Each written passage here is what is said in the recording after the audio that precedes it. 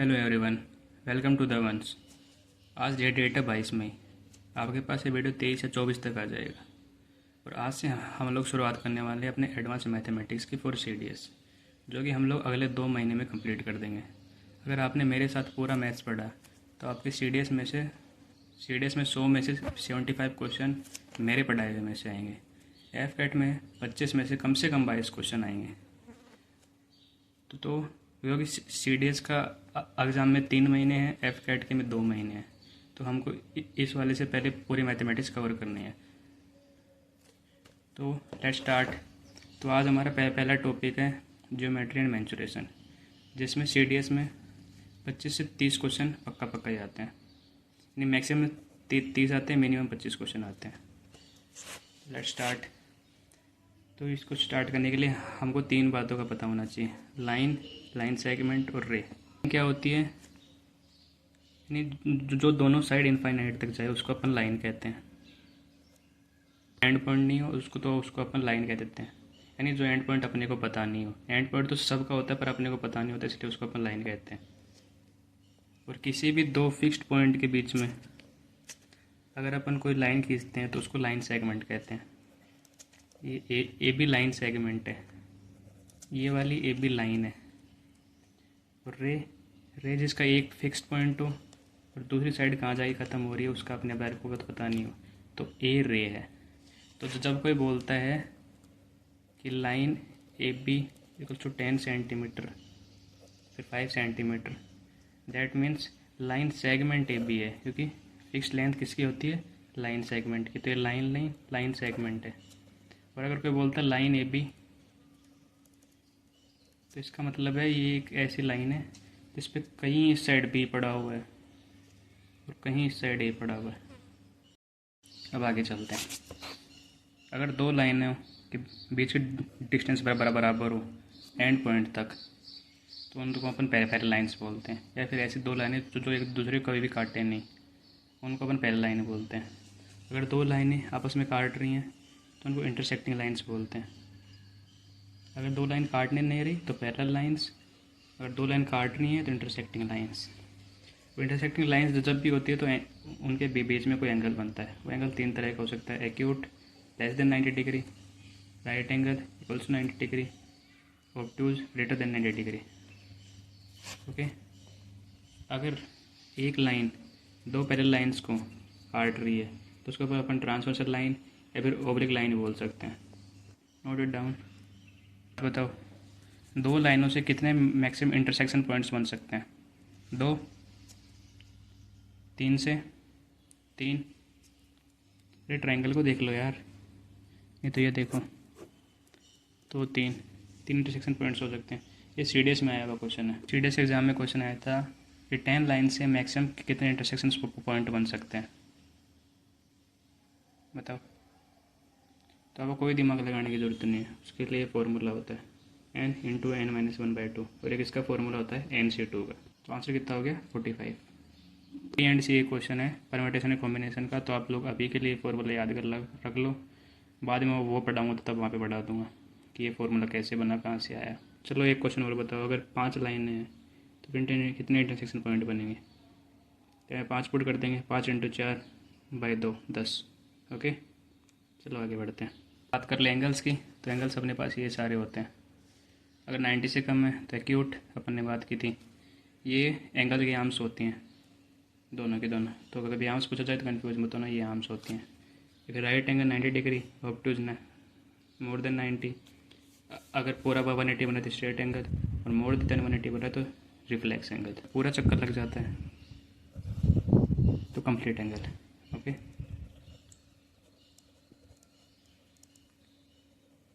फिर हमारे पास एंगल्स के कुछ टाइप्स भी होते हैं। अगर 2 लाइनें आपस में एक दूसरे काटें तो ये वाला एंगल और ये वाला एंगल बराबर होते हैं। किस तरह? क्योंकि वो वर्टिकली अपोजिट एंगल है। अगर ये वाला एंगल 40 है तो ये कितना होगा? 40 होगा। 2 पैरेलल लाइंस को से तो ये वाला एंगल और ये वाला एंगल बराबर होंगे। किस तरह से? ये एंगल बराबर होंगे, ये दोनों।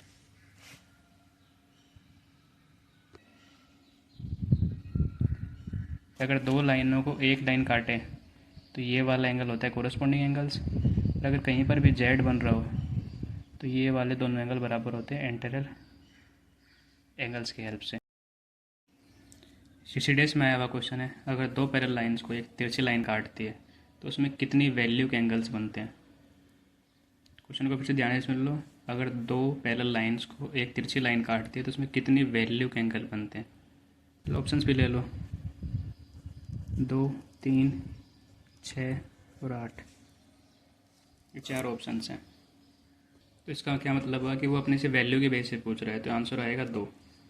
क्योंकि देखो ये अगर ये वाला कुछ है एक्स है तो ये वाला भी एक्स हो जाएगा, ये वाला एक्स है तो ये वाला भी एक्स हो जाएगा, ये वाला एक्स है तो ये वाला भी एक्स हो जाएगा, फिर ये वाला वाई है तो ये वाला वाई हो जाएगा, ये वाला वाई है तो ये वाला वाई हो जाएगा, ये वाला वाई है तो ये वाला वाई हो जाएगा।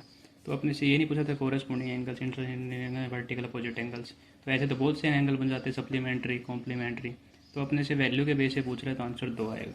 ठीक है, क्वेश्चन ध्यान से सुनना चाहिए क्योंकि मैंने शुरुआत में बोला था वैल्यू, मैंने वैल्यू पे फोकस भी किया था। अगर स्ट्रेट लाइन पे ऐसे एंगल बना हुआ है तो इन दोनों एंगल्स का सम कितना होगा, 180। और इसको अपन क्या बोलते हैं, लीनियर पेयर एंगल्स। दो एंगल का सम 180 हो जाए तो उसको अपन सप्लीमेंट्री एंगल भी बोल सकते हैं। तो लीनियर पेयर एंगल और सप्लीमेंट्री एंगल, तो लीनियर पेयर को ही अपन सप्लीमेंट्री एंगल्स बोलते हैं जब दो एंगल्स का सम 180 डिग्री हो जाए। दो एंगल्स का सम 90 डिग्री हो जाए तो उसको अपन कॉम्प्लीमेंट्री एंगल्स बोलते हैं। यहाँ तक सबको हो गया। अगर तुमको दो एंगल्स का सम 180 दिया हो तो सप्लीमेंट्री एंगल, दो एंगल्स का सम 90 दिया हो तो कॉम्प्लीमेंट्री एंगल। ठीक है, दूसरे ऊपर एक क्वेश्चन बताओ। ये क्वेश्चन आया था CDS 2013 में कि दो एंगल्स हैं, उनकी आर्म्स पैरेलल हैं, तो वो किस टाइप के एंगल्स हो सकते हैं। Option A equal and supplementary, option B equal but not supplementary, option C supplementary but not equal, option D not equal not supplementary. सोचो इसके बारे में और वीडियो को पॉज करो और बताओ। तो सोचना इसके ऊपर थोड़ा सा, ये बहुत इंपॉर्टेंट क्वेश्चन है। मोस्टली बच्चे गलत करके आ गए थे इसको। पहले वाला इक्वल और सप्लीमेंट्री। इक्वल देखो हर तरह से हो सकता है, दोनों इक्वल हैं, दोनों इक्वल हैं। पहले अगर हम बन के दोनों इक्वल हैं, तो दोनों 90 के हैं तो वैसे ही इक्वल है। और इस वाली कंडीशन में सप्लीमेंट्री भी हो गई, क्योंकि 90 + 90, तो इसका आंसर आएगा सप्लीमेंट्री एंड इक्वल। ओके, लेकिन दोनों साथ में तो कभी हो नहीं सकता, इसलिए बीच में और दिया हुआ है। ओके, आप कोई ऐसा एंगल बताओ जिसका कॉम्प्लीमेंट्री एंगल उसका 4 गुना हो।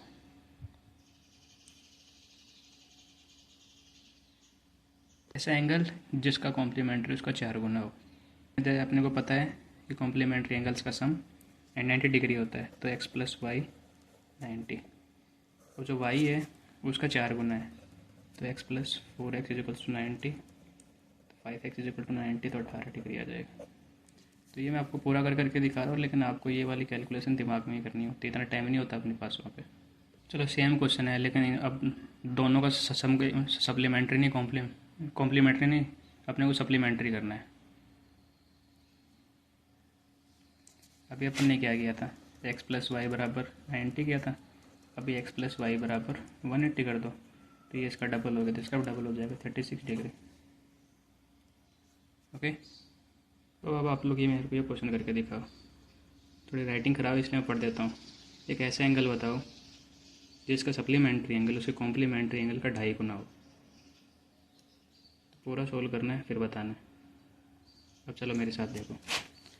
अब मान लेते हैं वो वाला एंगल x है, तो उसका सप्लीमेंट्री एंगल हो जाएगा 180 - x, उसका कॉम्प्लीमेंट्री हो जाएगा 90 - x। अब इन दोनों को डिवाइड करने पे कितना आ रहा है, 5/2, क्योंकि ये 2.5 होता है। क्रॉस मल्टीप्लाई करके x की वैल्यू निकाल लें, x बराबर आ जाएगा 30 डिग्री। क्योंकि प्रॉब्लम सोल्व करते हैं जो पहले पेपर में आई हुई है CDS की में। ठीक है, चलो ये वाला क्वेश्चन सोल्व करो। इसमें AB पैरेलल टू DC है, ये लाइनें काट रही हैं आपस में, एक्स वाई और जेड की वैल्यू बतानी है। तो पॉज करो और फिर बताओ। तो चलो अब देखो मेरे साथ। अपने को पता है इस पूरे का सम एक्स के बराबर होगा, तो अपन लिख देंगे x is equals to 40 plus x by 3, तो 2x बाई 3 बराबर 40 हो जाएगा, तो एक्स इक्वल्स टू 60 आ जाएगा। ओके, अब वाई की बात करें तो ये वाला और ये वाला बराबर होगा, तो x by 3 equals to y, तो वाई इक्वल्स टू 20, जो कि एक्स की वैल्यू 60 है। अब बात करें अपन जेड की, तो इस पूरे का सम होगा 180, इस वाले का सम 60 है, तो जेड कितना बता 120। ओके, तो x 60, y 20, z 120। Okay, question देखते हैं। अगर y बाई एक्स बराबर 6 है, जेड बाई एक्स बराबर 5 है, तो इसमें अपने को x की वैल्यू बतानी है। ओके, इसके अपोने 1 मान सकते हैं, इसके अपोने 1 मान सकते हैं, तो अपन बोल सकते हैं x बराबर 1 है। x बराबर में 1 है तो y बराबर 6 हो गया, z बराबर 5 हो गया, x plus y plus z बराबर 180 हो जाएगा, तो ये 12 180 कितना हो जाएगा 15। अरे देखो ये इसको तो फिर इस रेशियो में काट देगा ना, इसको 180 कर देंगे, तो इन सब के साथ x कर देंगे तो 12x हो जाएगा इक्वल टू 180, तो x की वैल्यू 15 आ जाएगी। तो ये तो 1 ही था, तो 15 इंटू 1 15, तो x की वैल्यू 15 है। इसलिए लेवल क्वेश्चन नहीं था, पर 2020 के पहले पेपर में आया था। देखो ये भी सेम ईयर में क्वेश्चन आया हुआ, बहुत आसान क्वेश्चन है। मान लो दो लाइनें पी क्यू और आर एस बराबर है, मतलब पैरेलल है, और ये ऐसे बना हुआ है, ये 95 गिवन है, ये 110 गिवन है, तो एक्स की वैल्यू निकालनी है। वीडियो को पॉज करो और फिर बताओ। तो देखो अगर ये वाला 95 है तो ये वाला 95 हो जाएगा कोरिस्पॉन्डिंग एंगल्स। अगर ये 110 है तो ये वाला हो जाएगा 70, क्योंकि पूरे का सम 180 होता है। अगर ये 95 है तो पूरे का सम 180 होता है, तो हो जाएगा 85। और अपने को पता है angle A plus B plus C बराबर 180 होता है ट्राइंगल में। तो अगर ये 85 है,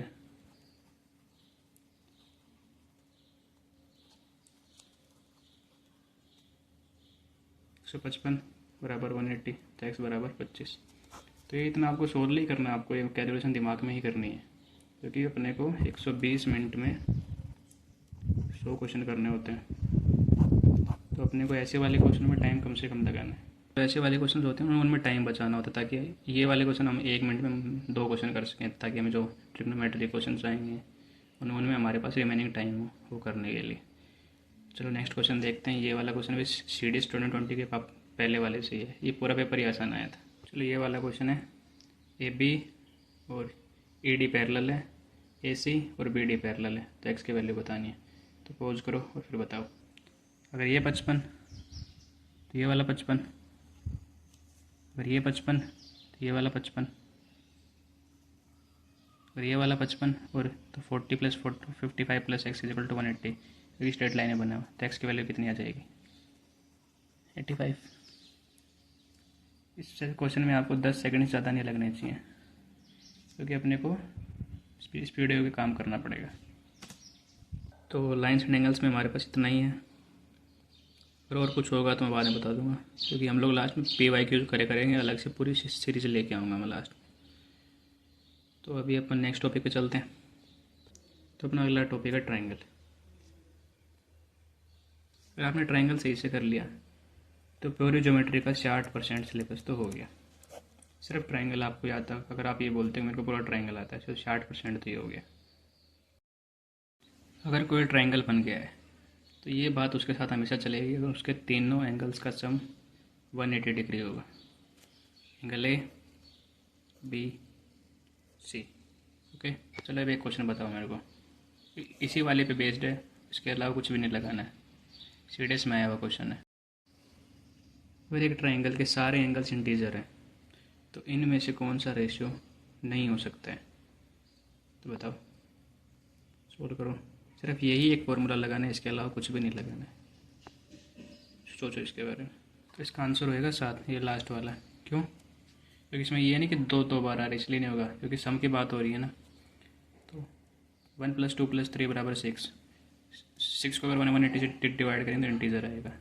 इसका 9 को 180 से डिवाइड करेंगे तो इंटीजर आएगा। इसका 10, इसको 180 से डिवाइड करेंगे तो इंटीजर आएगा। ठीक है, जब 7 को अपन 180 से डिवाइड करेंगे तो इंटीजर नहीं आएगा। ठीक है, तो इसका आंसर हो जाएगा ये वाला। एक प्रॉपर्टी और होती है कि किसी भी दो साइड का सम तीसरी साइड से हमेशा बड़ा होगा, चाहे फिर वो कोई भी दो साइड हो। तो अगर अपन सोचे कि ये वाला ट्रायंगल बन जाएगा तो ऐसा पॉसिबल नहीं, क्योंकि इन दोनों का सम 7 आ रहा है, ये पहले से ही 8 है। और हमेशा बात ध्यान रखनी है कि एंगल ए के सामने वाली साइड को ये बोलेंगे, बी के सामने वाली को बी और सी के सामने वाली को सी। ये कंडीशन अगर फुलफिल हो रही है तो एक ट्रायंगल बनेगा, वरना एक ट्रायंगल नहीं बनेगा, चाहे फिर वो कोई भी ट्रायंगल। चलो ये वाला क्वेश्चन भी हो गया अपना।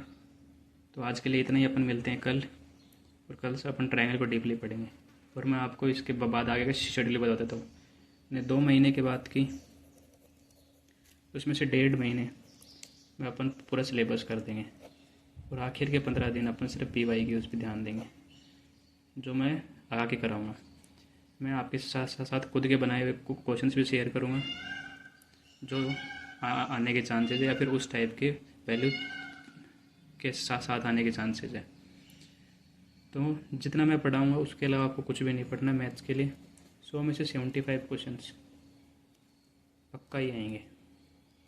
ओके, हम मिलते हैं कल ट्रायंगल के साथ। Take care.